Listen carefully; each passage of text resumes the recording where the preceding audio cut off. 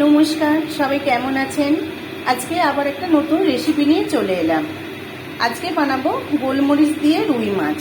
তার জন্য আমি এখানে লেবুর রস, নুন আর গোলমরিচ দিয়ে মাছটাকে ম্যারিনেট করে রেখেছি।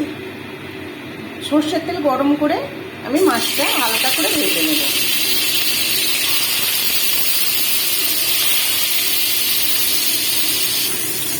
মাছটা হালকা ভাজা হয়ে গিয়েছে, এবার আমি একটা পাত্রে তুলে রাখবো। এই মাছ ভাজার তেলে আমি দেখুন টমেটো আর পেঁয়াজ কুচিয়ে রেখেছি, এটা দিয়ে দেবো।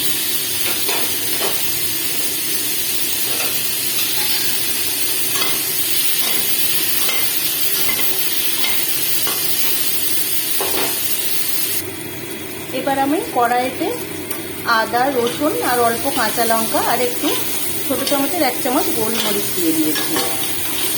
দিয়ে এটা হালকা করে একটু ভেজে নেব।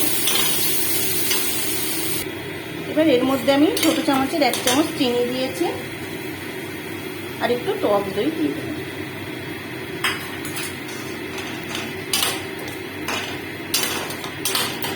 দিয়ে এর মধ্যে মাছগুলো ঢেলে দেব। অল্প একটু জল অ্যাড করে দেব।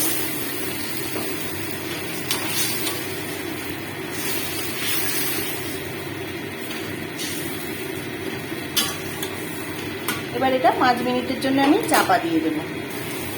আমার মাছ রেডি হয়ে গিয়েছে। ওপর থেকে আমি গরম মশলা ছড়িয়ে দিয়েছি। আপনারাও বাড়িতে করে দেখুন, কেমন লাগলো অবশ্যই জানাবেন। সবাই ভালো থাকবেন।